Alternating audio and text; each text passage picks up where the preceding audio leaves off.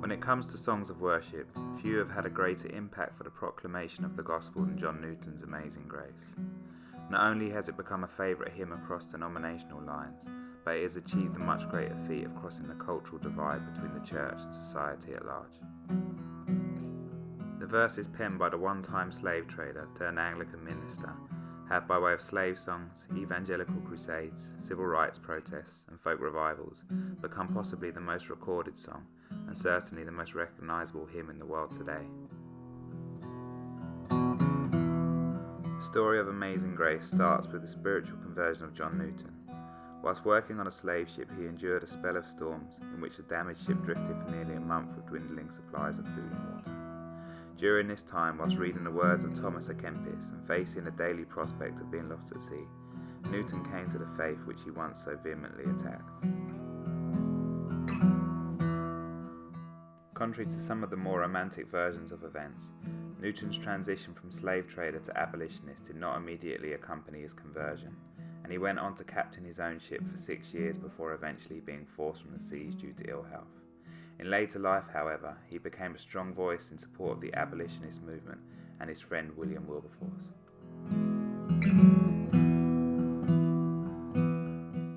After a spell as a tide surveyor in Liverpool, Newton felt called to Christian ministry. He was eventually ordained into the Church of England despite their initial reluctance to accept him because of his association with the Methodist movement. Newton took up the post of the curate of Olney, where he struck up a lasting friendship with fellow hymnist and poet William Cowper. Together they published their Olney hymns in 1779, which received wide circulation in both Britain and America. Included in this collection was a hymn composed by Newton to accompany his New Year's Day message of 1773. Amazing Grace had been given to the church. Despite failing to make much of an impression in Britain, Amazing Grace began to appear in different variations in several American hymnals, and was regularly sung in many of the services of the Second Great Awakening.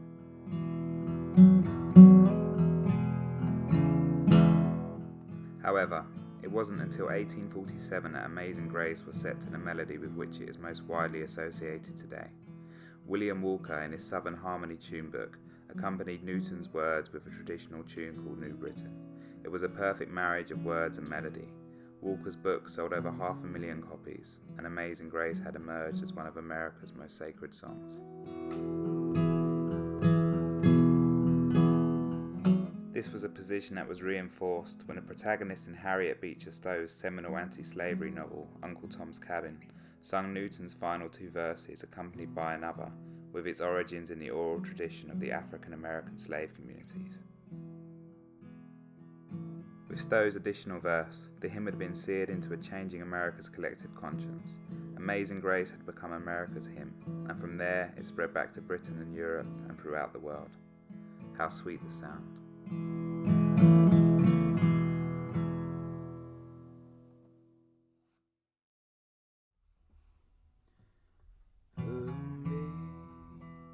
Amazing grace, how sweet the sound that saved a wretch like me.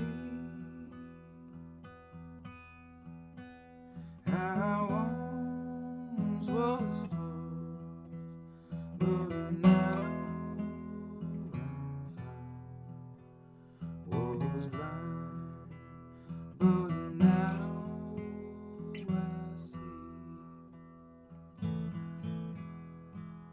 Was grace that taught my heart to fear, and grace my fears relieved. How precious did that grace appear the hour I first believed. Through many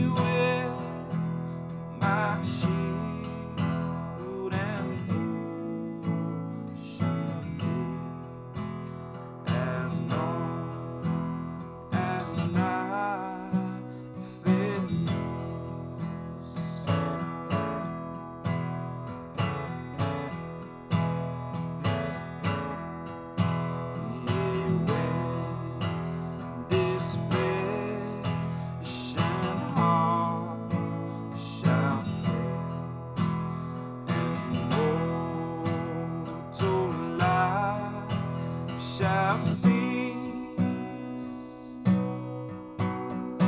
I shall possess within the veil the life of joy and peace.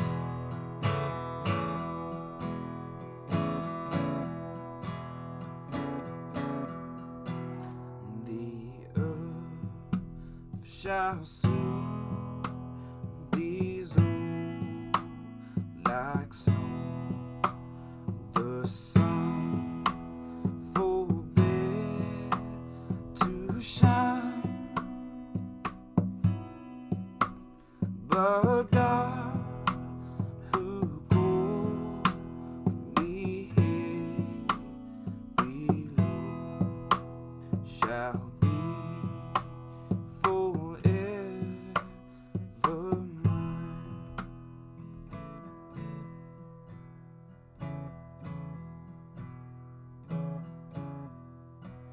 When